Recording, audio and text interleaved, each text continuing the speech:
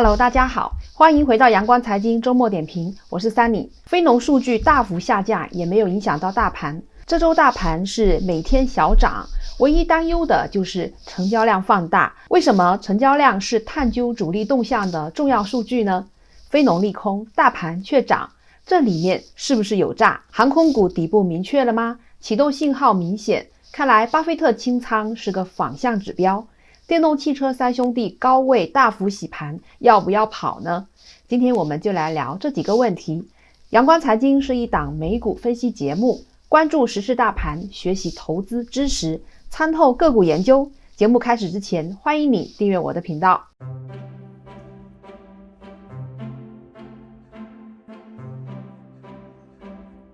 非农就业数据大幅回落，却没有立即给股市造成打击。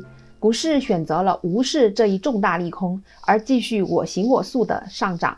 这个情况比较反常，所以我们要分析一下是怎么回事儿。非农就业数据对美股以及美元汇率造成根本性的影响，因为它反映制造业和服务业的发展、恢复以及增长的情况，每个月才公布一次。非农业人口就业提升，表示经济健康；如果就业下降，则表示经济形势不好。与这个数据相反的就是失业率了，就业高则失业率低，就业低则失业率高。非农数据是美国第一大财经数据，外汇有句俗话很形象，美元指数是龙还是虫，全得看非农。今年也曾经多次出现非农数据引发美股大盘大涨大跌的案例，但为什么这次居然不灵了呢？今天公布的新增非农就业人数 24.5 万人，比预测值 47.5 万人少掉接近一半，而10月份的新增就业还是61万。从月度环比来看，下降程度非常明显。图中看到的这条非农数据的走势图被3到4月份的大规模失业压缩，比例尺适当，所以看起来这次的就业数据和上个月比曲线还是平稳的。但实际上新增就业机会是大大减少，只看下半年的就会发现新增就业是逐月递减。在2019年以前，非农数据一直在20万上下波动，所以这次的 24.5 万基本属于正常年份的正常水平。数据虽然低于预期，但总归还是吸收了新的就业，失业率下降了 0.1 个百分点。从新增就业的行业结构来看，哪些行业用工需求增加，哪些行业有所萎缩呢？运输和仓储增加了 14.5 万，原因是快递邮政部门、仓储运输部门的机会增加了。酒店行业是失业最严重的地方，也增加了 3.1 万个就业岗位，而零售商店减少了 3.5 万个工作岗位。奇怪了，圣诞购物旺季之前，零售行业就业居然还减少了。这只能说明人们线上购物的更多了，线下购物反而减少。股票方面则要关注那些足不出户就能消费的商品和服务，比如网上购物、在线视频订阅、网络广告行业等。宏观经济数据和微观经济往往绑定在一起，经济数据就像鱼塘里的鱼讯，在哪里鱼比较多，哪里鱼比较少，能够对投资的方向有个前瞻性的提示。那么非农数据远低于华尔街的预期，却没有造成股市大跌。纳斯达克指数、道琼斯指数和标普500三个指数全部爬楼创新高，这说明大起大落的就业数据基本一去不复返，以后20-30万的新增就业机会可能回归常态，对大盘影响力降低。另外，就业没有想象中的好，而12月可能更差，政府就要着急。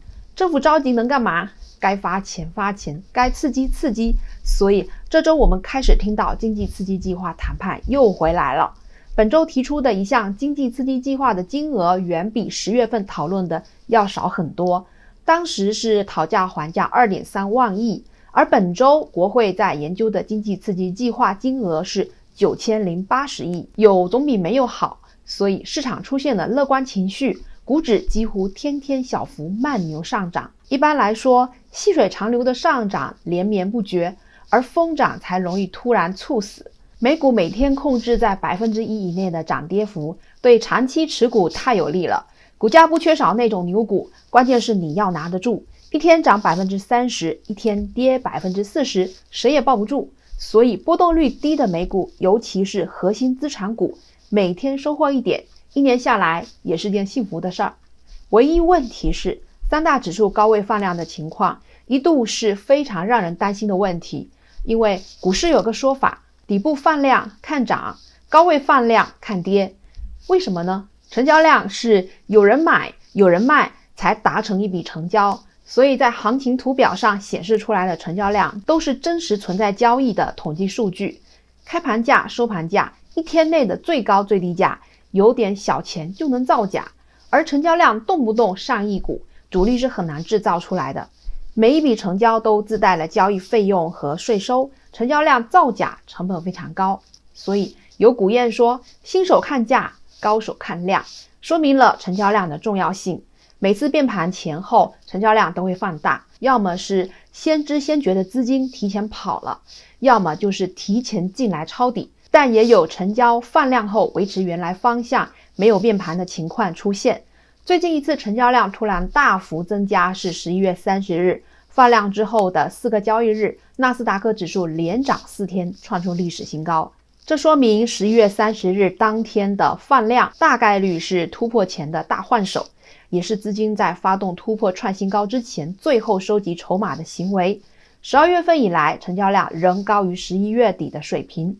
同样的情况在道指、标普都有类似，因此美股三大股指放量创新高之后，将继续维持慢牛格局。恐高的本质还是看价，而不是看量。价高了，自然是有回调的能量，但回调压力不影响长期大涨的趋势，就没有关系。接下来提示航空股出现启动迹象。本来吧，疫情受灾股还没那么早轮到航空股反弹，但是排前面的都创新高了。如果长期跟踪阳光财经的观众就知道，8月前后我们说了星巴克、迪士尼等老牌优秀公司值得长期投资。疫情让这些优秀的黄金蒙上了灰尘，让人以为是个垃圾，也曾经给出了垃圾的价格。结果疫情还没结束呢，只是有点胜利的曙光，这两只股票就回到了疫情之前，创出了历史新高。为什么呢？因为疫情受灾股的恢复顺序，食色性也，餐饮娱乐这种刚性需求第一梯队恢复，出门旅行航空飞机要排后，当然排最后的是邮轮这种可有可无的需求。股票的触底反弹也是这个顺序。现在星巴克、迪士尼涨完了，资产的价值洼地就变成了航空邮轮。市场上有一部分资金会从高估的股票撤出，去填补那些价值洼地。当然，坚守在高估高成长股票的抱团资金也不会全部转移到周期股上面，只要有一小支部队发生转移，就足够激活航空股的反弹。随着事情的解决，假设全球航线恢复还需要1年到2年的时间，这也足以支持反弹。股市交易的是希望，而不是交易一个结果。有希望就会反弹，绝望就会暴跌。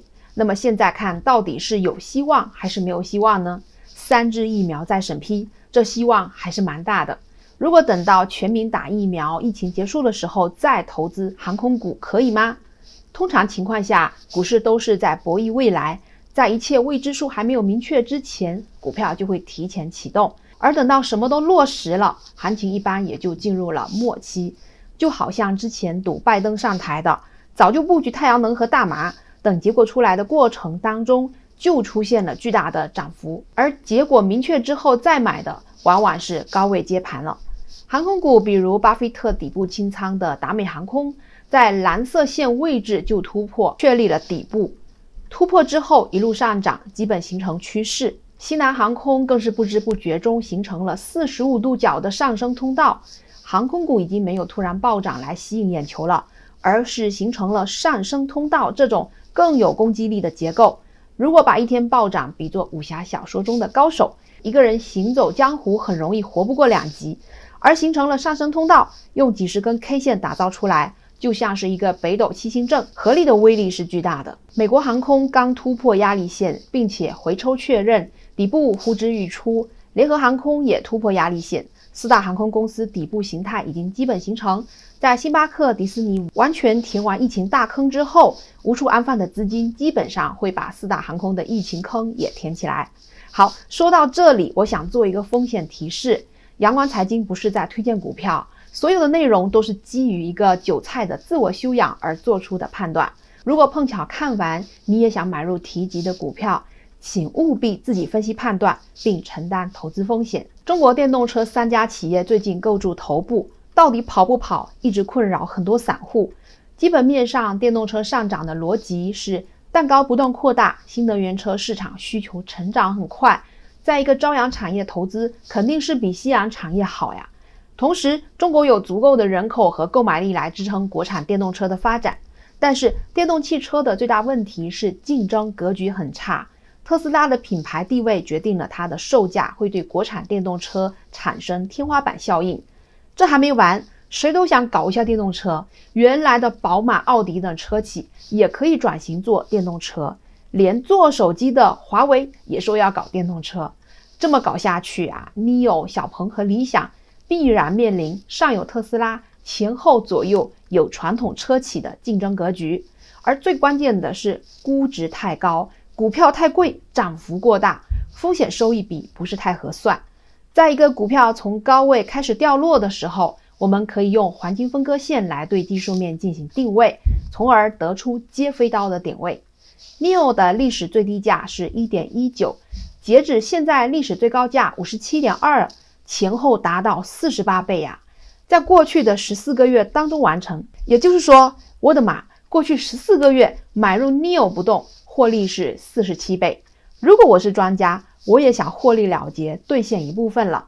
把最低价和最高价用黄金分割线框起来，形成各个黄金分割点的定位。从这个大型黄金分割图来看，股价见顶回落的第一目标位在 36.45 左右，这个位置是 0.618 分位，如果守不住就往下一个一个分位找支撑点。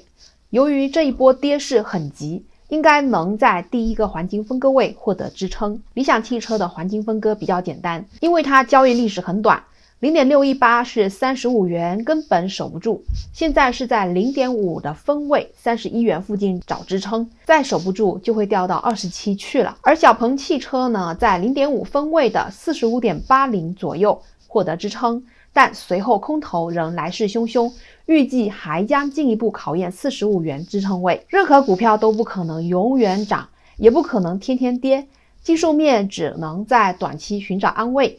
投资还是必须看长远的逻辑。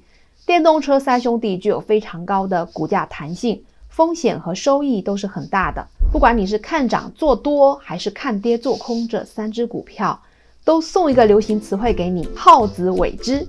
好，今天的节目就分享到这里，感谢您的收看，我们下期节目再见，拜拜。